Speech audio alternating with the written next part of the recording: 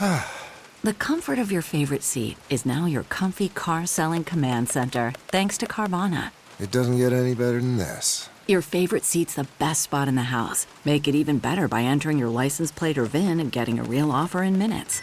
There really is no place like home. And speaking of home, Carvana will pick up your car from yours after you finalize your offer. Visit Carvana.com or download the app and sell your car from your comfy place.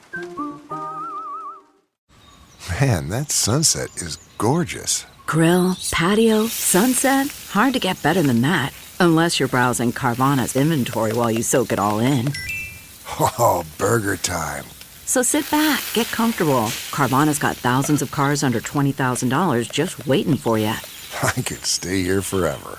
Carvana, where car buying meets comfort meets convenience. Download the app or visit Carvana.com today.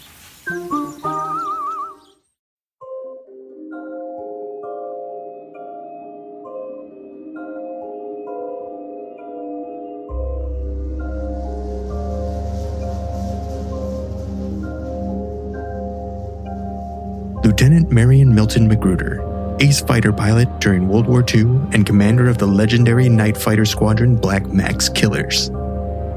After his distinguished service during the war, Magruder found himself at the Air War College located at Maxwell Field in Montgomery, Alabama. His class was populated by what the U.S. military considered the best of the best and included ranks from lieutenant colonels all the way to generals. Magruder's son related the story, as told to him by his late father, of the instance where Magruder and his classmates were all led to a room to offer advice on a strategic decision of the utmost urgency and importance regarding military and political planning. They were then shown what they were told was that pieces of an interplanetary craft that had been recovered by the U.S. military and shipped from an Air Force base in Ohio.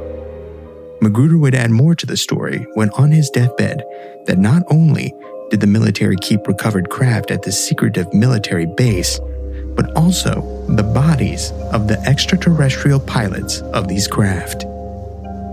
This case file joined the theorists as they shred on their intergalactic mind guitars within Hangar 18, located on the one and only Wright-Patterson Air Force Base.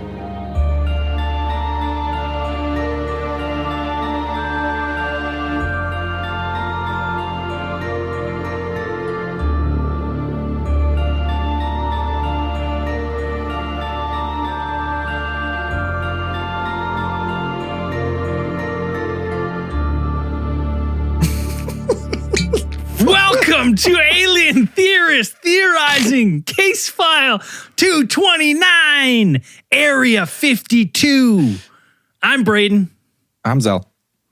I'm Dan. And I'm Andrew. No, you're not Dan. Welcoming back to the show after a long hiatus, our resident Southeast Asian alien correspondent, Daniel. Dan. Welcome back to the show, Dan. Welcome back to the show, Dan. It's good to be back. It's hot and it's humid. And yeah, back to being hot and humid. Last time we welcomed you to the show in that fashion, you sounded like a robot talking through a trash can. It's true. And you never left. I know. Yeah. And you carried that gimmick for 200 episodes. Yep. No problem. Now I sound less like a robot. Now I sound more like a robot, but less trash can. Yeah. The people want to know how Thailand's been. Let's give them a quick update before we get into Area 52. How's it been, buddy? It's been all right. It is a strange post-pandemic world over here in Bangkok. Like it is very much not the lively city that you would imagine it was pre-COVID. Everybody here is seems to be taking it pretty well. You don't see anybody kind of walking around without masks. I mean, they're riding around on motorbikes with masks. Everybody's walking around with masks. Wait till our truckers get them, and we'll liberate them with some freedom in the form of honking. Is anybody honking down there, Dan? Obviously not. No honking. No honking. Yet. I think they're at 26,000 cases a day now, and they are. I think Songkran is still not sure what they're going to do for Songkran, which is the big water fight. Oh, the water fight, right? One of those things that if you look up on those travel sites, like, things to do once in your life at least. And Songkran is one of them, the Thai New Year. And so it's fun. There's been a couple of articles about the kind of the tourist authority and the like the health kind of duking it out and being like whether they're going to do it, like to what extent are they going to hold events. I think there was a music festival that was going to be planned, but they weren't going to do it. Last I heard, it was like they were going to try to get under 20,000 cases and then they would kind of revisit it and maybe open more stuff up, but it doesn't seem to be that doesn't seem to be happening. With those numbers, they're well on their way to herd immunity. Yes. Or there's going to be a lot of fatalities if that number continues. The one question everyone wants to know: how many Mycenucks have you had? Zero. Oh, come on. He's lying. It's been all Sanooks, my friend. No Mycenux. All Sanooks. All Sanooks. So today, everyone's heard about Area 51. Everyone knows what it is. We've been there. People were trying to storm it. Right to the gate. A couple years ago, in September, they didn't storm it. But what if I told you there was an Area 52? Huh? I would say that's a misnomer because Area 51 was built after this one. Hey, listen. Redubbed as Area 52. It's been redubbed as Area 52, which honestly, to me, like when I first heard it, I was like, what are we talking about here? I was like, is this some fucking great value Walmart brand Area 51? President's Dr. Fizzy, choice, man. Right? Like, I was expecting to be like, so we have Bob Mazar, right? Robbie Mazar. It's Bizarro World. Yeah, you know what I mean? Like, that's what I was kind of expecting. And then when you start to get into it, you're like, God damn, you're like, this is the real deal. Like, if shit went down and they have spacecrafts, it's in this facility. So let's get into it. We got to start with Area 52, more commonly known as Wright-Patterson Air Force Base. Area 52 is more like an internet lore title, but the actual base, Wright-Patterson Air Force Base. So Wright-Patterson Air Force Base is a currently operational Air Force Base, which is about 10 miles northeast of Dayton, Ohio. It was built around 1913 when President Woodrow Wilson created the National Advisory Committee on Aeronautics, or NACA. And this committee had suggested establishing a center where they could research flight technology, since airplanes and aircraft were becoming kind of the vital to what they would see as the future of military, battlefield superiority. So due to the presence of having a number of automobile manufacturing and aircraft manufacturing plants in Ohio already, the NACA established the center at what was then known as McCook Field in Dayton, Ohio. So by 1924, the United States Air Corps that was originally there had outgrown the actual facilities at McCook. So when they started building up, you didn't have enough room for facilities, for manufacturing, for testing, for all of those things, for storage. So what we got here is this is the best of the best studying aeronautics at this place. Like, well, it's actually a huge fucking base. Like, this place, like, today employs like 30,000 employees, and it's one of Ohio's like biggest industries. Is people work on that's what you do in Ohio. What do you do? I work at the base. Like, it's a huge. You watch the Buckeyes, or you fucking work at the Ohio is a large, I think there's a lot of Ohio that is kind of dependent on what you see, what some people would kind of refer to as the military industrial complex. It's one of those things where there's like multiple cities that are dependent on these military bases for employment, for military contracts, for all of that kind of stuff. Their economies kind of depend on a lot of these. So I think the M1 Abrams tank, like a lot of the parts are actually manufactured in a couple of plants in Ohio. And like if they were to pull out those contracts, like those towns would die. Because everyone wants out of Ohio. Absolutely. They'd follow LeBron's footsteps. Follow his hairline and get the fuck away from that place. Sorry, Ohio fans. Yeah. Oh, they know. Don't pretend like they know. It's fine. It's okay. Come on, from guys. there. I mean, come on. No big deal. So you got a good quarterback. Well, one anyways. So they were hoping to keep the Air Corps in Dayton, like we just said, just to for the economy, for certain other purposes. So the residents actually donated about 5,250 acres of land on the city's outskirts. So they named this area after the Wright brothers, so Wilbur and Orville Wright, to honor their contributions to flight. So Those Wright, guys that invented microwave popcorn? Right? yes, Okay. Just checking. microwave popcorn and the first airplane. Really? And it's funny, Wow. they invented the popcorn before the microwave. They're just like, hey, put this aside. It's Something good will one come with day. this. One day something's, Well, I mean, technically, you don't need a microwave to make popcorn. Well, yeah, they but revolutionized it. But Dan, they invented microwave popcorn. They put it in the in the folding container. They You put it in the folding thing. right. They're like, listen, Listen, this is ahead of its time. We know Orville, it. I got this plan. It's going to really pop. In 50 years. That makes sense. That checks out. I'd say so. So Wright Field officially opened in 1927. So the Army Air Corps, after it became the United States Air Corps, it changed to the Army Air Corps, and then it stationed its materiel division at Wright Field. So in 1947, the government created the United States Air Force from the Army Air Corps. They became their separate entities, and we've talked about the split before. And pretty much this eliminated the Army Air Force and just established the entire new branch of the United States military. The Air Force combined Wright Field with the nearby Patterson Field, and then that created Wright-Patterson Air Force Base. And the research that had begun there back in the 1920s and so on has continued until this day. Did you know there's over 800 buildings? 800? Yeah. 800 buildings. Holy shit. It's a small town. Right? It's crazy. When I stumbled across that fact, I was like, that can't be right. That's fucking Rutland, boys. Yeah, Right? It's crazy. So I had to go back and like look at some other stuff and I was like, over 800 buildings. I was like, God damn, that is humongous. That's a huge base.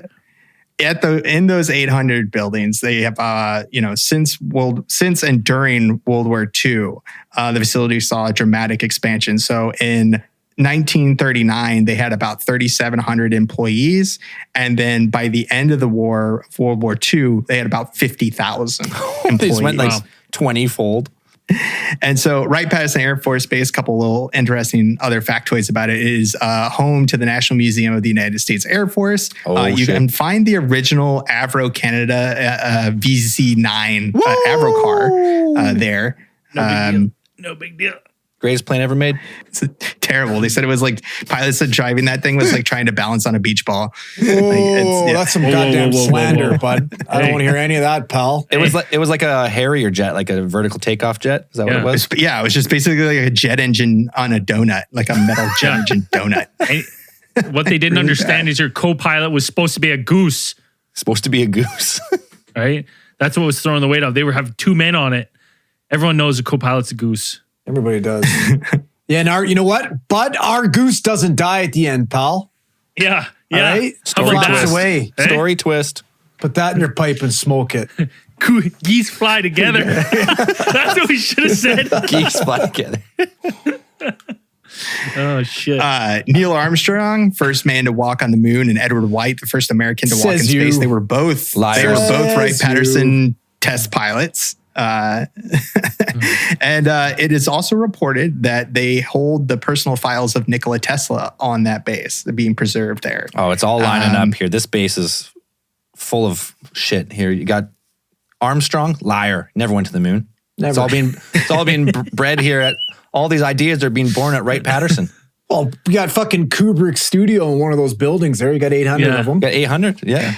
Just green screen. Hey, I heard Avengers Endgame was shot there. To this day, it employs more personnel, both military and civilian, than the Pentagon, and the payroll is more than $1 billion a year. No big deal. The other thing that I really found interesting about this was like aside from its sheer like size and how many people it employed, was that there's so many tales of, you hear people being like, yeah, it's accessible. You can go there. It's not like it's an off limits base. It's not like there's lines where you're getting shot and stuff. So there's bars and stuff. There's museums. There's stuff that people go to, and because there's so many workers, there's so many accounts of people going on this base. So you can read, and there's pictures, and there's lots of it. One thing that I always found particularly interesting was that like a lot of these buildings and stuff you see pictures of, there's these giant vents. These giant vents that are normally used for like, for a building, but they're on the ground. Like air intakes? Which leads me to believe, I'm like, well, these are the movie vents, right? The ones that you get like fucking people army crawling through. Yeah. The ones that nobody else fits through, but in the movies you can just fucking cruise through them. It leads me to believe that, there's perhaps some, there's a little bit more than meets the eye to this space, because they got just from its Transformers. surface level, They got Transformers. More than meets the eye. You had 50,000 people working there in 1939. You have 30,000 people working now. You're like, well, that's a lot of people to keep a secret, right? Or it's just that secret. Only a handful know. It's a secret. Just all they basically take them aside when they're like, hey, listen, yes, we have the aliens. There they are. And if you tell anyone about it, we'll pull the contract out of Ohio and your city's going to die. And they're all like, all right, I'll keep fair. it. It's all for one for all in Ohio. So the Wright-Patterson Air Force Base has an official connection to UFOs. Now, the official connection, as is documented, is that in July of 1947, Project Sign was established there. Oh. And we've talked about this before, but if you haven't heard about it, first time listening to the podcast, Project Sign is something you should get familiar with if you're into UFOs, which was the precursor to Project Grudge in 1949, and then eventually became Project Blue Book in the March of 1952. This was established at the Air Force Base by General Nathan Farragut Twining, who is the head of the Air Technical Service Command, and then had initially been named Project Saucer. Yeah, just cataloging alien species. This is in 47? Yeah. So this is kind of like the big boom, right? Because Roswell was in 47 too, wasn't it? Right. So you had Roswell. So you had a lot, post Roswell, you had a lot more reports of like UFOs popping up. This became it became a national concern, a national security concern. So the United States military was asked to go ahead and, form a project that would collect, evaluate, and distribute within the government all the information having to do with these UFO sightings. And so they could actually make an informed judgment about what their response should be. Wait, usually when they name the projects, usually it's like something cool like MK Ultra. This one, they're like, what did we find? A saucer. What should we call it? Project Saucer. Pretty straightforward. I don't fucking know. Project Saucer. Project Saucer. Project Saucer. I don't care. Don't bug me with this shit. God damn it, Jim. Anyways. I'm not paid to be creative. So now, even like we just mentioned, it also has a connection to Roswell, the original Roswell as well. And Roswell being over 1,200 miles away, how would you think that this place would be connected to this location of the legendary UFO crash? And I was compelled. I believe that this is where this ship was transported. 100%. So yeah, this is one of the places that it was that has become kind of lore that the crash and potentially the material that was recovered and the entities that may have been present at the Roswell crash had been transported for if not study, then storage at Wright-Patterson Air Force 100%, 100% study and 100% reverse engineering.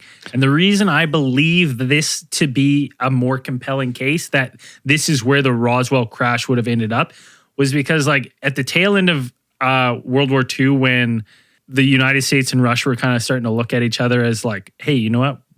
We're probably the next ones to go to battle. They had a department set up in Wright-Patterson Air Force Base called the Foreign Technology Division. And their entire job was that they would get, German V2 rockets that crashed, Soviet rockets that crashed, Soviet missiles that were left. Anything they could get their hands on, they would bring to Wright-Patterson Air Force Base. And these people would look at it and they would try to reverse engineer and figure everything out. So to me, it makes sense that you have all this money. And at this point in time, you have an insane amount of money and all the brightest minds at Wright-Patterson Air Force Base doing just this, getting technologies that they don't really know how it works, figuring out how it works. So you have a crashed craft and you're like, there's been theories that perhaps that it was some sort of Russian ship, right? Yeah, you wouldn't know. Operation right? Osaviakin, right? Maybe they were working on some type of saucer.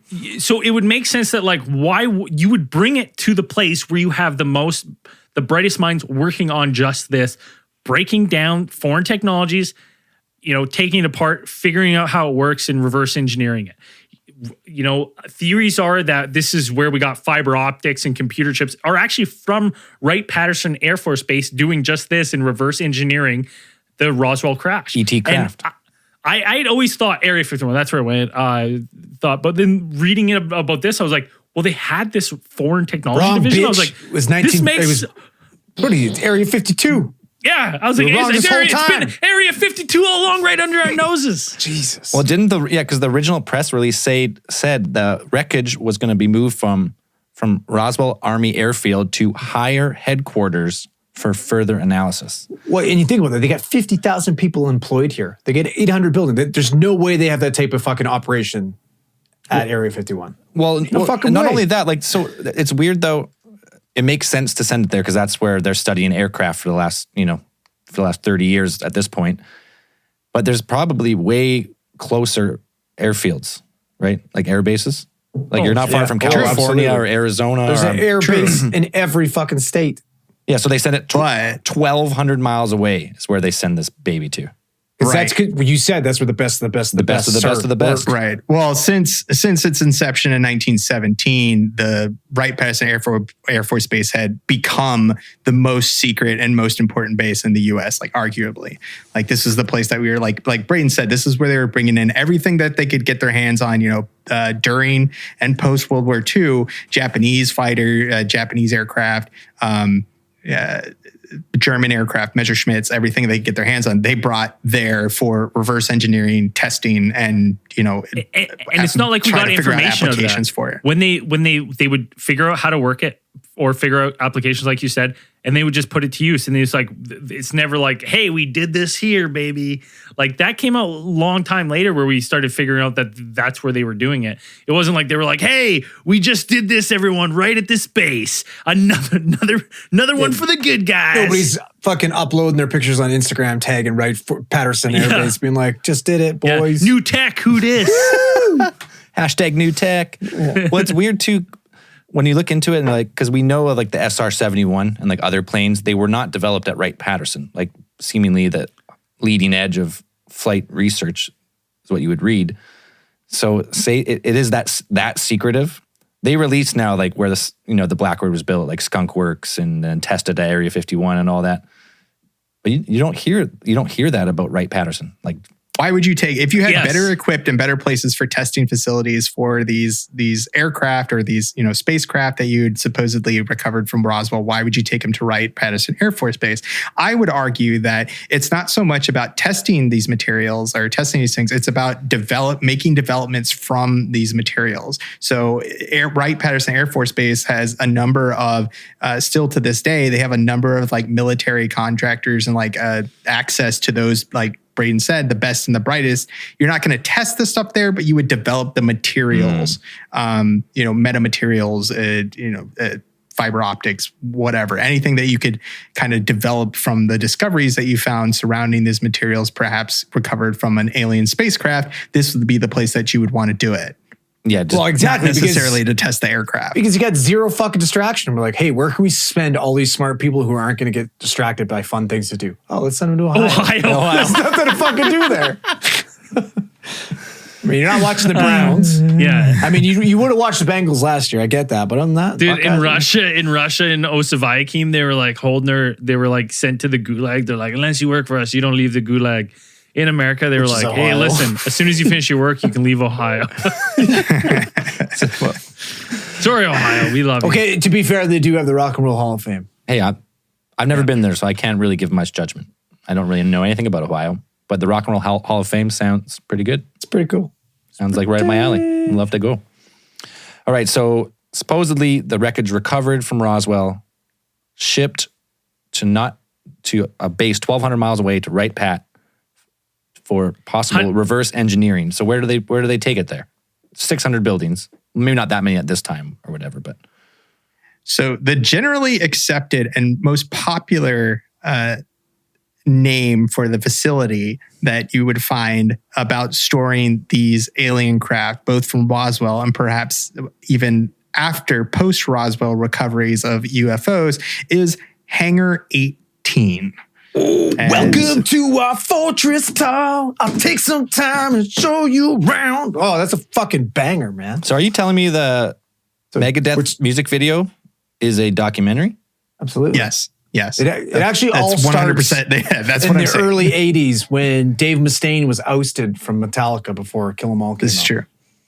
He's actually one of the lead scientists He's the at lead. Hangar 18. He goes by the name Vic Rattlehead.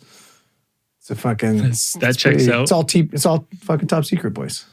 Yeah, Hangar 18 is very visible in the like popular culture. Like if most people who are familiar with UFOs or any kind of science fiction TV shows, you usually see Hangar 18, a mention of it pop up here and there. Yes, the Megadeth song and its sequel, Return to Hangar, are both popular songs and pretty rad. And, my favorite mention of Hangar 18 was its appearance in The Simpsons, season 7, episode 9, where they go, the Simpsons are at an air show and they open it up and there's what is the archetypal gray in there, and he's got a little green shiny object. They said, "Look out, he's got his probe," and then they shut the door. So it's very Simpsons predicted it. They called prominent. They called it.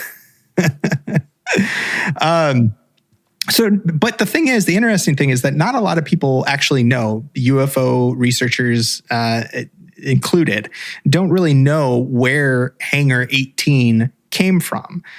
Some kind of theorize that it might have arisen from Hangar 18, the movie starring Darren McGavin and Robert Vaughn, which also appeared in 1980, which is when Hangar 18 started kind of to gain ground in this, in the narrative of Wright-Patterson Air Force Base as a UFO research hub. And you also had in 1975, you had Robert Spencer Carr, who was a science fiction writer, who actually pretty popular stories like back then that he wrote for, I think it's like Weird Tales or Amazing Tales. And he made claims that this is where the US government was performing autopsies on alien bodies. Now, wait, so are we saying there's actually no Hangar 18? Specifically called Hangar 18 at least? Well, of course there wouldn't be anything on the books. Like they're like, if people are like, oh yeah, that's where they keep them. They're going to be like, yeah, that one labeled Hangar 18. There is no Hangar 18. So UFO researchers who have talked to people who have given them reports about what may have happened, or they say reported happened on some of these places that included, UFO or extraterrestrial research. The UFO researchers theorized that perhaps they were using the word Hangar 18 out of convenience, because on the base, on the books, officially, there is no Hangar 18. That's what they want you to think. Yeah. Well, but there's something. Or that's on purpose. But there is a building 18 and also a building 18A, 18B, 18C, 18D, which are all included in what is known as the building 18 smoke and mirrors, complex. baby. Smoke and mirrors, right? Choose your 18. Well, and then when you put like an amulet in the sun and it reflects the light down, it shines a light directly on Hangar 18, and like the sand splits. And it's fucking Indiana Jones. Yeah, shows you where the lost city of Tanis is. Yeah, exactly. Right. So there's a building 18. There's a building 18 complex. There's an entire so let's call it complex set of buildings. Complex 18. But there is a hangar attached to the building. What if Complex Right. 18 has a closet, and in that closet there's a hangar, and there's 18 of them, and you pull the 18th one, and then the door opens up. It's and a takes you riddle. to where they're doing the And then autopsy. you It's a just riddle. drop downstairs. Yeah. Yeah, it opens up a laundry chute. And boom, there you go. Alien autopsy, son. So yeah, it is like Zell said, it is attached. That this building is attached to its own hangar, which is known as Hangar 23. So you could perhaps say that maybe Wasn't there a Jim Carrey movie called 23? Number 23. Yeah. Or is Interesting. it number 13? I think it was 23. I think it was the number 23. Number 23? Right? Interesting. Oh yeah, that's right. something- I was trying to remember what movie. I know what you're talking about. Yeah. Interesting. Yeah, the number 23. That is the one. Interesting. Well, it all comes down to math, man. 18 plus 5 is 23. Yeah. Sean FYP, McVay baby. was 34 years old. What does that mean? Yeah. Nobody, Mark Zuckerberg. I'm in it by myself. $2 million. Mark Zuckerberg's going to buy this for $1 billion. We own 8. We're 50% shareholders, are we not? 30. Absolutely. Oh, right. 30. We're 30? Yeah, 10. 10. Yeah. I have his number, so we should call him. We should call him. Absolutely. Maybe we should call him next Cosmic Channels. I think we should. This is interesting, though, because other than connection to the movie 23, which I don't know if that's relevant or No, it's It's not. absolutely It's not at all. relevant. 100%. Absolutely. Yeah. I like it. The interesting thing is like when you start to hear like this place is a foreign technologies division, and maybe they were bringing the bodies from Roswell and stuff.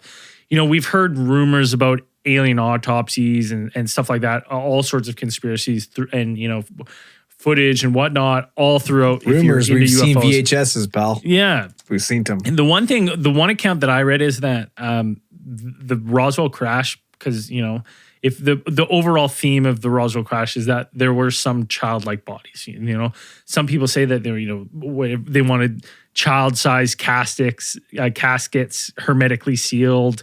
There's all these accounts of bodies.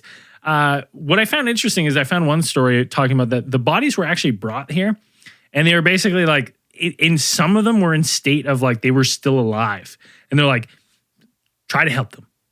So like the medical teams there were like, okay, like these are aliens. If So they were they critically actually ill, that's a long fucking trip to take Yeah. while critically ill. right. Like they would Well, have had to be on some type of life support, I'd imagine. Sure, but when they got Well, how do what you they know? say is that what killed them is basically like we started trying to treat them like humans and gave them medicine. They're just like dead. And dead. Like, oh, we can't give them that. Shit. As we would, though, right? Yeah. Like that's, I mean, when we started treating, like when the same thing with like, veterinary medicine, like that shit started with treating animals the way you would treat humans, and it's obviously evolved from there. But a lot of times, like you when give you the see, first, dude, you give you the see first the little alien a medications? shot of penicillin, and he just dissolves, and you're like, tastes like bananas. Not bananas, not potassium. Potassium is completely lethal. To They should alien have race. just gave him sugar water. Yeah, yeah. that's fair. But like literally, like you look at the medication they prescribe to your dog, and it's the same stuff you take 9 times out of 10. It's bizarre. We're both. That's we're why both I mammalians. And only the same Bets. thing with Braden. grapes. Like and just like with Braden, you do have to put his medication in peanuts, Yeah. or peanut butter. Peanut and he'll butter, eat it. yeah, or roll it up in Slurp it some down. cheese. Yeah. And if I find it, I spit it out. So pretty much Hangar 18, as goes the lore, even though it's probably, there's no official Hangar 18, there's a Hangar 23 connected to building or complex 18. It could be as simple as like someone just like shortened it. It was like, someone said the hangar at 18, even though he's referring to Hangar 23. Or they got a Some- memo. They're like, God damn it, Jim. Megadeth made a fucking song about it. We gotta change the name. You know how many guys? This is a logistical nightmare. You know how many 18s we got all over this complex? God damn it, Jim. God damn it, Jim. We got metalheads dropping acid outside the gates all fucking day. God damn it, Jim. gonna get popular because God damn it, it's a fucking banger. God damn it, Jim. I heard there we just made The Simpsons. We got to do something, Jim. God damn it, Jim. They predicted it again. He's like, all right. He's like, I think I talked to the maintenance man. We got an extra 2 and a 3 laying around. We'll just change the hangar number. God damn it, God damn it, Jim. You're a genius. you're up for a promotion for that. The gyms got their start at Wright-Patterson. If you didn't, Changing the numbers. Changing the numbers. That was their first mission. Men. Yeah, they were maintenance men in the military. Oh, what are we gonna do? But the Hangar 18, the lore is where they stored alien bodies, alien craft, alien tech, and that's where it all keep under lock and key in the hangar. But not necessarily in the hangar, but perhaps beneath the hangar. And just before we get to that, we're going to take a short break, grab a beer. We'll be right back.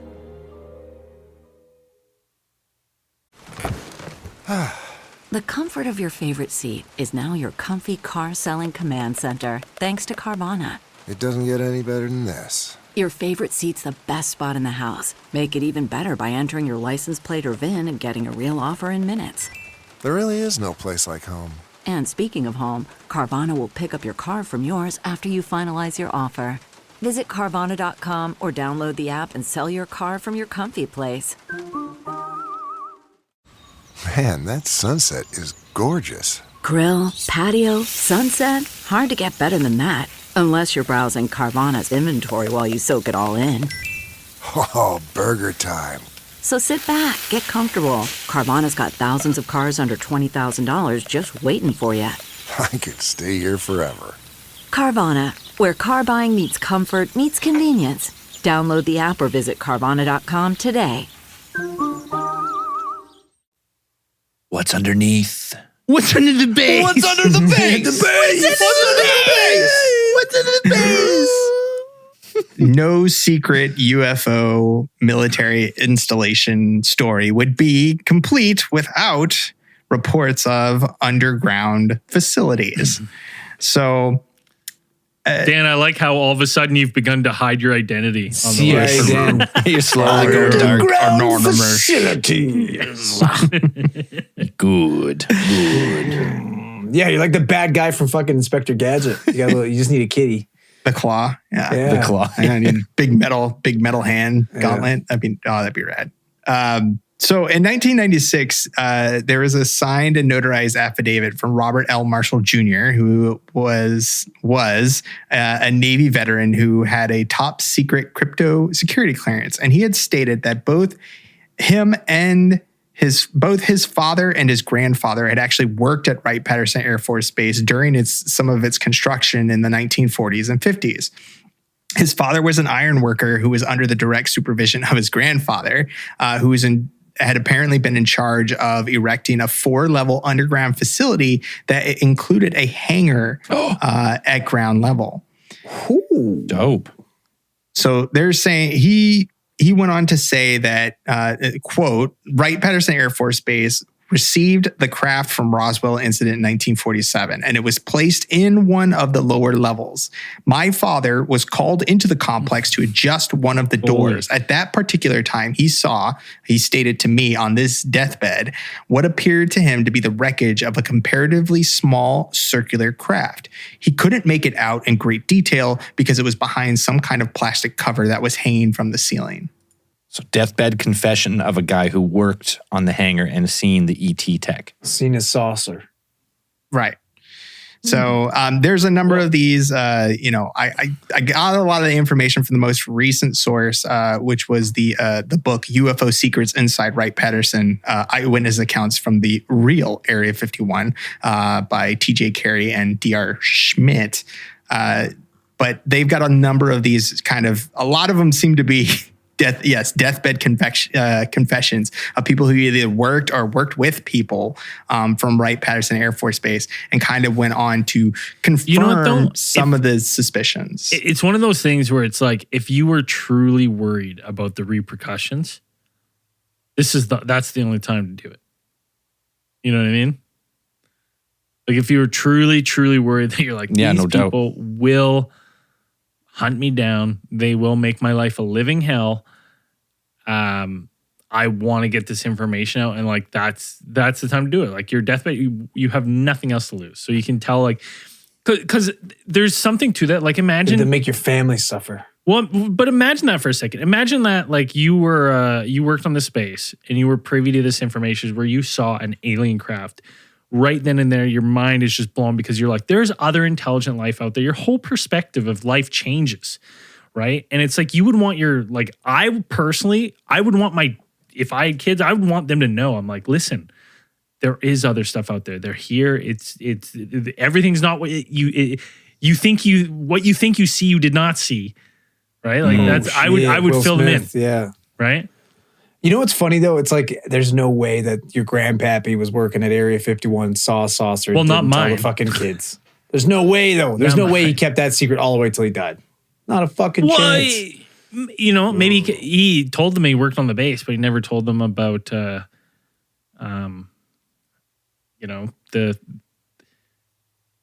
seeing the aliens, right? There's another account I read of like a father and son went to see a movie. I can't remember what movie, and it had aliens in it. And then he had like a PTSD episode afterwards driving home, and he's like, they're not that tall. They're not that tall. They're not that, like he was having maybe a he got meltdown. neuralized. Oh shit. Right? Maybe he got neuralized and got some flashbacks. And he worked at Wright-Patterson Air Force Base, and he just had like kind of a meltdown after seeing this movie. And like his kid was like, what do you mean they're not that tall?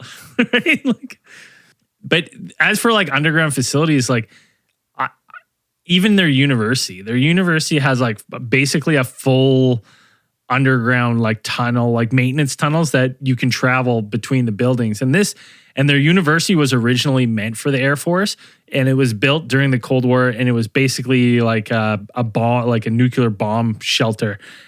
So when it was handed over to the university, and basically, you know, they just kept it and then opened it up to the public. So like students in bad weather and stuff will walk these underground tunnels all the way. So it's like, if they were doing that to this bases, like what they was going to, you have to assume that, you know, they then did that for the stuff that they are in fact using and did it better. I'd agree. So one of the big researchers into the Wright-Patterson Air Force Base mystery is Leonard Stringfield. And he was one of the directors for the Civilian Research Interplanetary Flying Objects, or CRIFO. He used to publish a monthly newsletter called Orbit. And in 1957, he became the public relations advisor for NICAP, which is the precursor to MUFON, National Investigations Committee on Aerial Phenomenon. Yeah.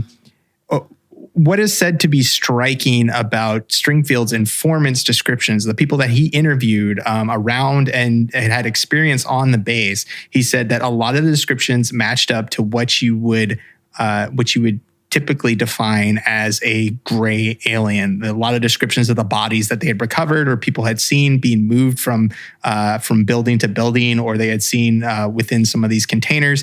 They said, you know, pear-shaped heads, slanted eyes, and about somewhere in between 4 to 5 feet. And it's just, you know, they had at least one. I saw one YouTube video of there was right before his death, he appeared on a episode of Sightings. If anybody remembers that TV show, it was great. Which he died in 1994. And he had that an intelligence source had reported to him that they had perhaps as many as 30 alien bodies beneath Wright-Patterson Air Force Base. Well, because the story goes that it's not just Roswell that they brought here, right? We talked about Aztec, and there's a bunch of other craft all over like the Southwest. So if you're going to believe that the Roswell crash happened and it was brought to this base, then you would assume that like any technology is brought to Wright-Patterson Air Force Base. Well, yeah, like Roswell wasn't the only downed and recovered craft. Like if we talked about Aztec, New Mexico, and others, it's like there was like a swarm of these.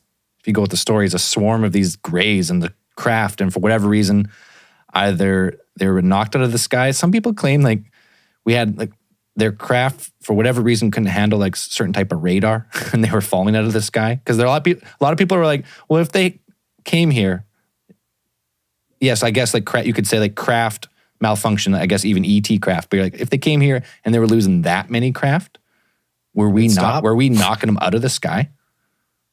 That's a good point. Like how many of these interstellar interdimensional travelers are crashing? What type of time frame are we talking Must about? be driving Fords.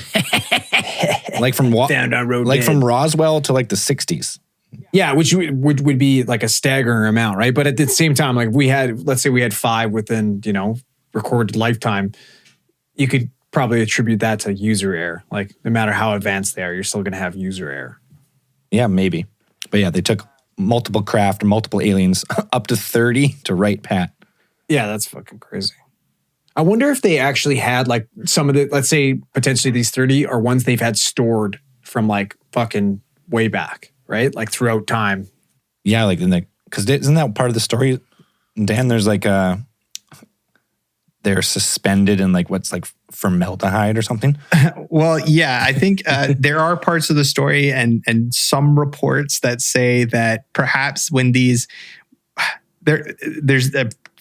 varying degrees of the reports, but some of them relate that the beings that were brought there, some of them were in various states of kind of dissection. They said that one report said that it's like fucking Body Works.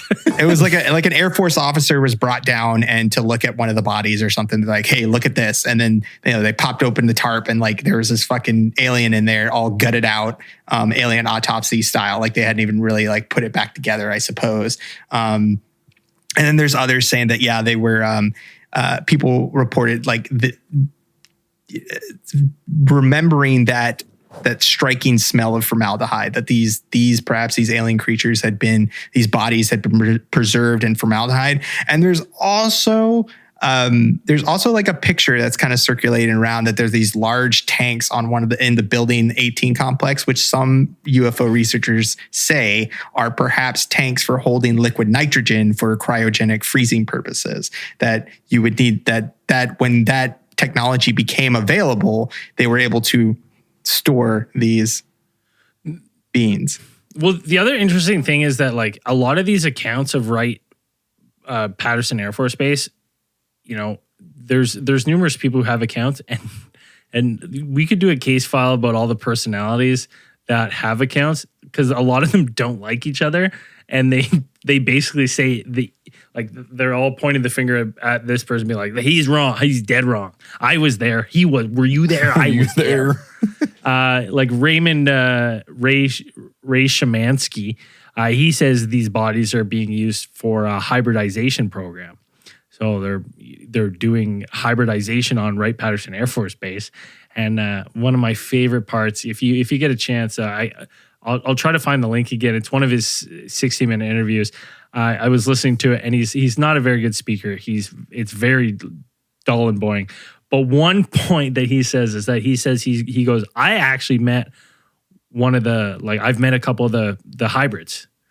And the host is like, what? And he goes, yeah, you can tell. He's like, they're just, and he's like, I can tell. And he's like, well, how? Like, he's like really trying to get it out of Raymond. Like, hey, like, how? How can you tell? And he's like, they're just off, they're just off. And then I'm like, okay, well, I think that about a lot of people. And then, the host keeps pressing him, and he goes, well, like one of the hybrids, she didn't even know what the NFL was. That's the tell.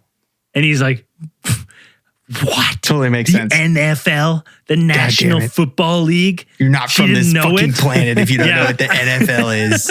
Right? You're definitely not from the goddamn continental United States of America. If you don't know what the national, if you don't know what the you national can be from Alaska. Football, yeah. It's forgiven. We don't got a team up there. No pro team. That was his tell, and like he talks like, he talks about being at this conference and them showing pictures of hybridizations, like some of the hybrids, and he's seeing one of the pictures on the slide. Then he's like, I went for coffee. Oh my God. And there was one of the hybrids right there. I saw her, the one from the slide, this. And he goes like, oh really? Like it was in one of the slides. And he goes, funny thing though, they videotaped the conference. They removed the slide from the footage, or they cut away, during the footage. And I'm like, well, they obviously cut away. Like if there's two cameras and they were cutting away, they cut away. And then I was like, Raymond Shemansky, pretty interesting guy, but pretty funny. But yeah, so if you don't know what the NFL is, hybridization. Absolutely. straight from Wright-Patterson Air Force Base. If you want to know somebody's from the hybrid program, ask them if they know what the NFL is. Like, you ever heard of the NFL? And they go, what? Then you go, get away, because alien. What happened? Not only if you don't know it, you actually get you're hybrid, and then you get exterminated right after, because we don't need those kinds around here. All right. Well, let's not get into xenophobe. All right. We don't need xenophobes. We don't need buddy? you around. Okay. Greatest league in the world. Yeah, you can play in the XFL. CFL. So one of the more high-profile personalities, you could say, that had a kind of big hand in either popularizing this or making public knowledge that there is something going on at Wright-Patterson Air Force Base is probably somebody people have either heard his name before. Some older people probably know him. So younger people might not, but Senator Barry Goldwater, president. He was actually a president. He ran for president. Oh yes, Mr. Goldwater. Yep. Yeah. Who was first? Immediately, this guy has zero credibility to me. Why is that? Because you go by the fucking last names. Like, you look at Zell, it's like Man of Steel. Yeah, the guy was a badass. His ancestors badass. You got Thatcher's, whatever. You look at fucking Mr. Goldwater here. He's obviously a bedwetter back in the day, because they're long lineage of bedwetters. Fucking Goldwater. Yeah. Get rid of him. Can't trust him. Goldwater? Is that a literal meaning? That's his Makes last me worried about anyone Dickinson. It's an elegant twist on piss. They're like, one day they're like, okay, Mr. Piss, we got to get rid of this. This isn't good.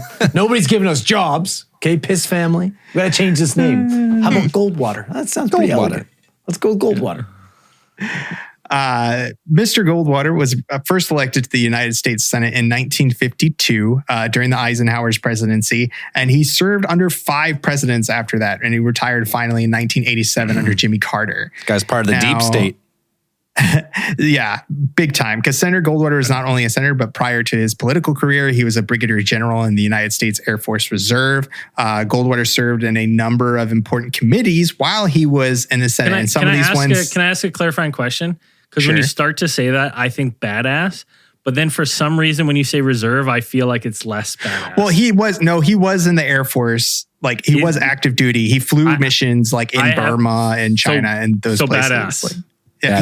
Like, he's pretty. He does. And then he sometimes joined the reserve know. after. I don't know. Because when you sometimes I feel like the connotation reserve is like, I think he rose up as far as he did in the reserve, so he got to like brigadier general in the reserve. But I just wanted to make sure he's a badass, because especially politicians, I was like, he's a bedwetter. Yeah, but he was actually. Was he there? That's what I wanted to know. That's all you. He was there. Was he there? He was there. Perfect. He was at the Gulf actually of Tonkin. I don't know about that. I don't think so. He was there. So he was actually part of a number of important committees while during his term as a senator. He was part of the Armed Services Committee. He was the part of the Aeronautical and Space Sciences Committee, Strategic Nuclear Forces Committee, the Tactical Warfare Committee, the Communications and Transportation Committee, Indian Affairs Committee, and in 1981 he became the chairman of probably his most prominent one, which was the Senate Intelligence Committee under President Reagan. Ooh. And the Intelligence Committee are the people like those were the ones who were actually discussing, and it kind of had the big brouhaha, just last year about the declassification of a lot of the UFO files. Like, those are the people who are directly involved with those kinds of that kind of information. So that was kind of people were saying like, oh, okay. So he's quoted as going on one year, like he was a very vocal proponent of kind of like the of declassification and being like, there should be transparency and stuff like this. And he had an interest in UFOs, never openly public, because back then, UFOs were, if you went out and said that you were interested in UFOs, you automatically got the stigma of being, a crazy person at that point. He would have just torpedoed his own political career, I assume.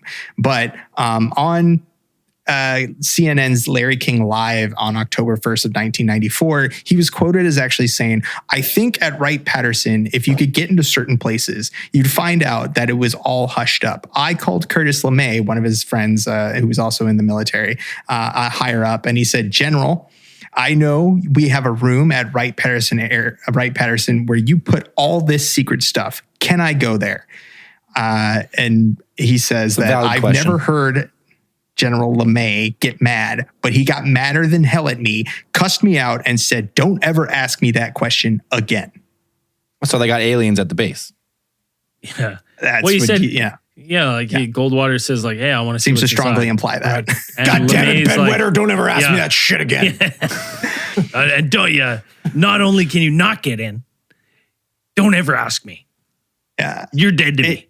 Yeah, but maybe he just doesn't like this guy. You're never sleeping over again. Oh no, they were actually. I think they were good friends, and they were, they had been coworkers, and they had been like together, and worked in certain places, and when they had been stationed together, and things like this. So they were well. And then he just turns on his acquainted. buddy like that quick. In March of 2012, the actual the personal correspondence of Barry Goldwater was actually made available to the public by the Arizona State University Historical. I'm going to start using Foundation. that whenever a friend asks me to help move. What's that? From now on, I'm like, not only is the answer no, but never ask me again. Get really mad. Very vocal I like about that. The LeMay. That's what I'm calling that from now on. Within this collection of correspondence, you have actually 100 letters that concern UFOs, because once Goldwater had kind of become associated with the UFOs, like people actually had mailed him and, sent him letters asking him about the events and the stuff that was in Wright-Patterson Air Force Base. And you had a number of these that kind of deal with the notion that they're where the location of these UFO crash artifacts might be stored. And, Goldwater's kind of, some people would say continuous quest to kind of find out where they were. The thing is that what is interesting is that after he became the chair of the Senate Intelligence Committee under President Reagan, like I mentioned before, kind of his latest one. Right. It would seem that Goldwater's responses, and some people interpret it this way, became a bit more they changed subtly in their tone. When in one letter he kind of... It makes sense though. It makes sense to me because I'm like, even if he's just kind of talking some shit and he's like, yeah, if it was my guess, if you were asking me, Wright-Patterson Air Force, 100%, like they probably got some shit there. And he's talking to his ass, like 100%, a phone call would come across that, be like, shut the fuck up. Shut the fuck up. Stop talking about that. Especially if this general told him this, he's doing interviews saying this shit. This doesn't surprise me in the slightest that he would get a phone call and be like, stop saying that.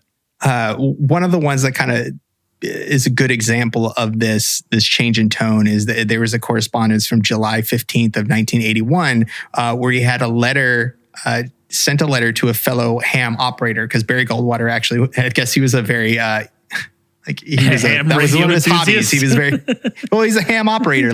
Back then that was his that was one of his hobbies, and he was very nerd, he's well vested. Guy's all about the ham. Yeah.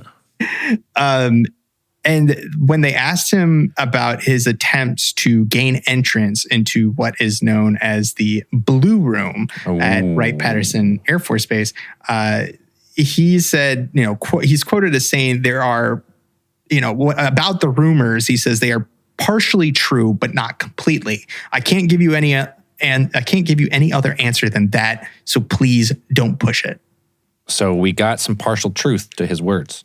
He's not saying full truth. See, but that means, to be honest, that means that something in this story that we've recounted to this point, something there is true. Or whether that be we recovered a craft of extraterrestrial origin.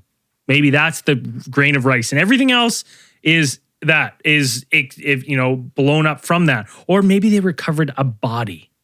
Right? We don't know what that grain of rice is, grain of truth. It's probably Dave Mustaine being a super secret scientist, but I could go with that too. Bringing it first full circle.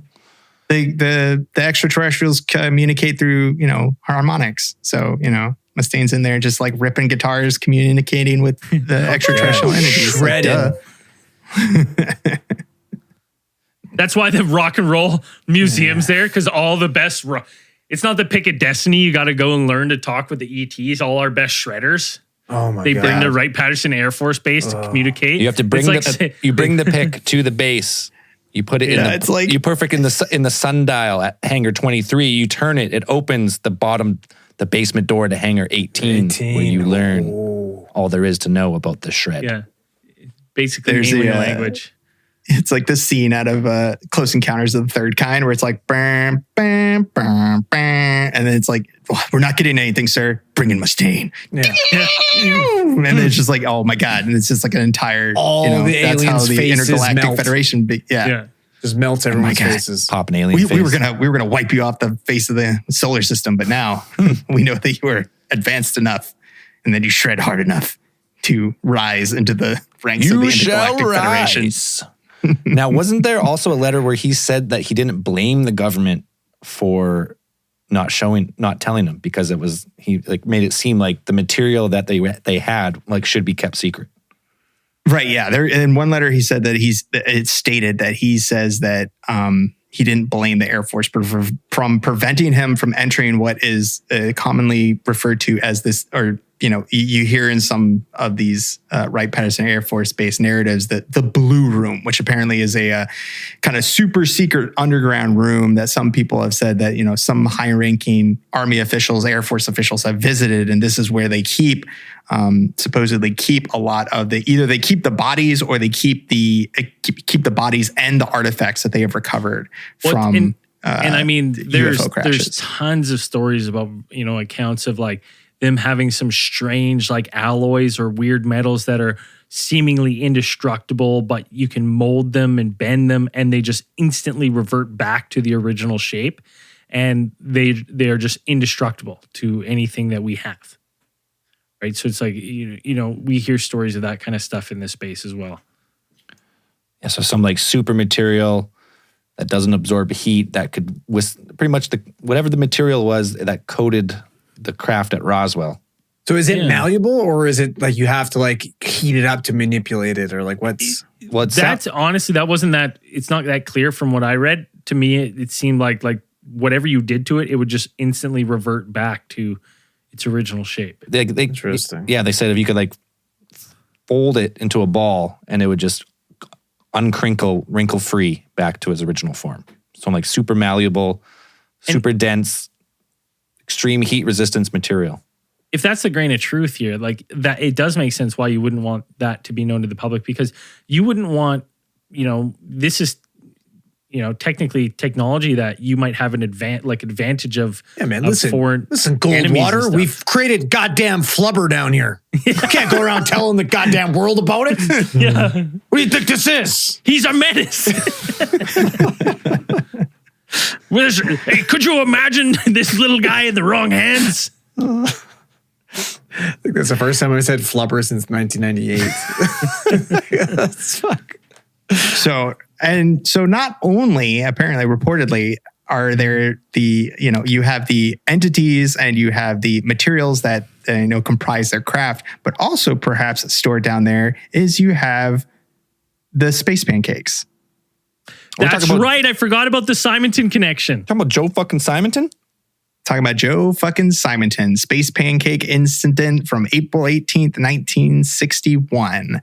And if people recall that one of our more famous UFO case files, that to that specific event, you had J. Allen Hynek, head of Project Blue Book, had been dispatched by the U.S. Air Force to go investigate it, and he took it's reported that he took one of those pancakes for the government analysis, and they took it to the Air Force Technical Intelligence Center, which is stationed at Wright-Patterson Air Force Base. Listen, if you got a hold of some ET pancakes, you would want to know what they're eating.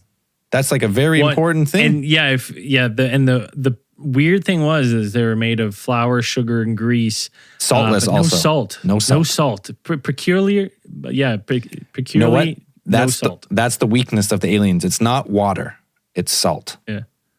And then, the wheat was it wheat or the grease? Something was, they were maybe it's not from here. I don't know. Well, of course it's not from there. They got it from 4 Italian entities barbecuing. flipping pancakes on this craft. 6-burner grill. Dancing to a fucking rocket. Yeah. That's a great story. Joe Simonton's pancakes.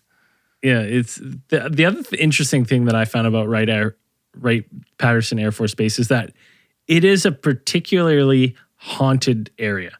Tons of ghost tours and ghost adventures, Sci-Fi Channel stuff go to this area because of zoomed in blurry pictures. Yeah, because of we got to get Tim Scullion over there to get some shots. One of the houses, the Hap Arnold house, is said to be haunted by no less than 5 entities. Henry Hap Arnold was the only person ever to be dubbed the General of the Air Force. And I guess he lived there, died, and basically they say this house is now, has 5 entities live in it. There's a museum. There's tons. You can look up the ghost history of this area. It's got to be more to it than that. He had to have died some type of violent, revengeful death. I don't particularly care how he died, but this is the interesting. If you are telling me that there is 30 of these extraterrestrial bodies, perhaps more, that may have seen their demise at Wright-Patterson Air Force Base, and maybe, their spirits are lingering in this area, and that's what's haunting this area, is that, these things operate in another dimension. They were briefly here, and we have their physical bodies, but their souls or whatever are stuck now in our...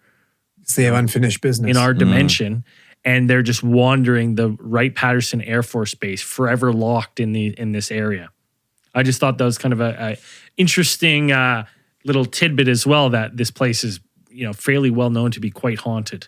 Well, I'd admit, like you talked about it, there's 800 buildings there. There's over 50,000 people employed there at one point. I'm sure there's a significant amount of people who have died there. Yeah, I'm sure if they're working on, alien technology, alien tech, someone's getting vaporized. Absolutely. Don't touch that. Greg, oh, instant ghost. Instant ghost. Pooh! Vaporized. Mm-hmm. Got a whole bunch of spooky bulkhead bills ripping around there. Be terrible. Yeah, level 4 of the hangar is bulkhead bun deep. Just people are just fused to the wall. Yeah, scary. The great thing I like about this case, about the Wright-Patterson Air Force Base, is that fucking everyone had an uncle that worked there. You know what I mean? Yep. There's so many third-hand accounts where everyone's like, well, listen, my uncle worked there. Yeah, because that's in Ohio, you got a whole lot of sister, cousin, uncle. We're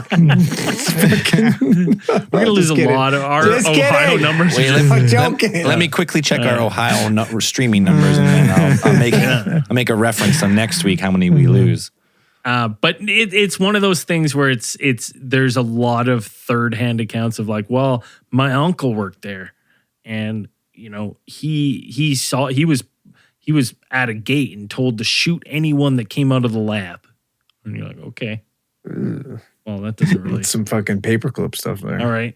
You're like that. Hey. All right, maybe. It adds to the lore, but you're like, you're not there are first-hand accounts, but again, of the characters involved, there's a lot of books written and stuff, but a lot of the people that write accounts who said they've worked there and are releasing secrets, they don't get along, and they basically point the finger and they'll be like, that guy's full of shit. He's full of shit. I'm right. I worked with this guy. His name's not Spacey. It's Stacy. It's General Stacy, not General Spacey. And they're at each other's necks about who's the right story. So it's kind of an interesting. There's tons of information about it. It's. I believe after looking into it that this is where they would most likely bring a downed alien craft. 100%. I don't think Area 51 would make a lot of sense, especially in the time frame. This would make more sense to me. I concur. I think this is, like I said before, this is probably the most likely place that they would develop materials or technology from a downed crash ship. You have the manufacturing there, you have the infrastructure there to do it. You have access to the universities, you have access to all that stuff and scientists. You're not out in the middle of nowhere like Area 51 where you got to fly people in on a private charter jet or anything. You pretty much drive out and go get somebody. I mean, right now, I mean, on that base itself, like there's tons of like military contractors along with their scientists and things like this. So, some of those actually, those facilities are associated with some of the bigger advancements in material technology, at least that what I was reading about is at least that I think they had a large part in developing nitinol, which nitinol is it's an alloy of nickel and titanium, and it has many of the properties that are similar to what are described as the what you guys were talking about the memory metal, where you would bend it into you could crumple it up and then it would return either with, I think with nitinol you have to heat it, but it would return to its original form. So memory metals, I think there's some that actually come or had been developed in the past in like the 70s and 80s there at the base or near the base. Boom. So reverse engineering alien tech at Wright-Patterson Air Force Base in Hangar 23, the secret door to Hangar 18, the blue room, it's all there. This one's got a lot of, it's got a lot of people who know someone. And I think somebody's at your door, buddy. Yeah. Is that our interview? We got to get our interview here. This is Barry Goldwater. He's in Thailand. He's hiding out. He's coming to talk to Dan. Yeah, what do you think? What do you think happened in Wright-Patterson Air Force Base? Like, is this, hashtag look it up after listening, look it up. What do you think happened? Do you think this is the logical place? Let us know. Let us know in the comments. Give us your theories about what went down at Wright-Patterson Air Force Base. Does it make sense to you that this facility would be the leading spot to reverse engineer UFO technology? What'd we get wrong? What'd we get right? What'd we miss? Let us know. Everything other than the creator of microwave popcorn. That's it. That was the only factual bit of information, I think, on this. Let us know. Anywhere we are, Twitter, Facebook, Instagram, and even though we're banned probably from all of them at this point for talking about something we shouldn't have. You can find us there. If you search for us, you can find us. Yeah, fun case. Let us know. All right, who do we got this week? Big old Theorite of the Week. So this week, for the Theorite of the Week, we've got Andre Lacoste. Lacoste. Shared a fucking genius meme saying Braden getting ready for the running challenge by carbo loading. And he's got Braden's face on Michael Scott's body. He's getting ready for the Michael Scott, Dunder Mifflin, Scranton, Meredith Palmer Celebrity Rabies Awareness Pro-Am Fun Run for the Cure. And it's got fucking Burmeister's face on Dwight Schrute's body, just shoveling fucking fettuccine Alfredo into his mouth there. Getting him all nice and carbo loaded. That was pretty hilarious. Awesome. We make sure to post those on our socials every week. It's also in the Facebook Theorite group if you can find it. You can go to alientheorist.com. All the links are there. Do we got a new way? We got a new way for people to win? We're going to change it. We're going to change it up. We're going to bring in a little something we used to do back before the old Spotify days. If you leave your boys a 5-star review, something clever, something witty, something that makes us laugh, you can also be Theorite of the Week. That way, you don't have to make a meme. You don't have to do anything like that. All it takes, if you're listening right now, just do it. If you're on anywhere that reviews podcasts, Apple's number 1, Spotify, you can't leave a review. Actually, you can just give 5 stars. But I think Castbox, Podchaser, anywhere you're listening, leave us a review. Something witty, something fun, and you could be Theorite of the Week. We'd appreciate it. It really helps the show. Yeah. Tremendously helps the show. And if you're already supporting the show, we thank you. If you're not, you know where to go. alientheorist.com. The link's right there. It says support. You get early access to the case files, ad-free, the live stream, all the other goodies. This week's new supporters. I know someone trying to fuck with me here. NG No Hose. Okay, not bad. Tide Pod Jesus. He will save you if you eat a Tide Pod. Wyatt, but don't eat a Tide Pod. Don't do it. Well, you'll meet him if you'll meet Tide Pod Jesus if you eat a Tide Pod. Wyatt Halliday, Suburban Cowboy, Austin Weens, Tony Long, Kata, Julian, Brady Morris, Martin Stolp, Susan Manning, Sai Wowza? I was trying to get me. A full year pledge upped by J.V. Williams, and last but not least, Jennifer Staplin, and Claudia Ramirez. Thank you very much for supporting the show. And as Brayden always says, say at the end of these things, keep your eyes on the skies. See you in After Hours. Peace.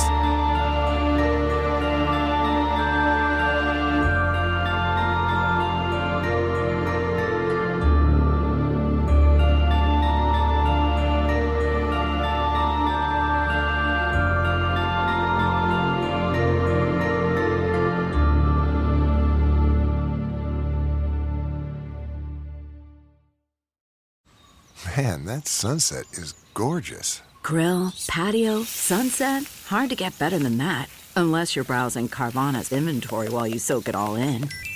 Oh, burger time. So sit back, get comfortable. Carvana's got thousands of cars under $20,000 just waiting for you. I could stay here forever. Carvana, where car buying meets comfort meets convenience. Download the app or visit Carvana.com today. The comfort of your favorite seat is now your comfy car selling command center, thanks to Carvana. It doesn't get any better than this. Your favorite seat's the best spot in the house. Make it even better by entering your license plate or VIN and getting a real offer in minutes. There really is no place like home. And speaking of home, Carvana will pick up your car from yours after you finalize your offer. Visit Carvana.com or download the app and sell your car from your comfy place.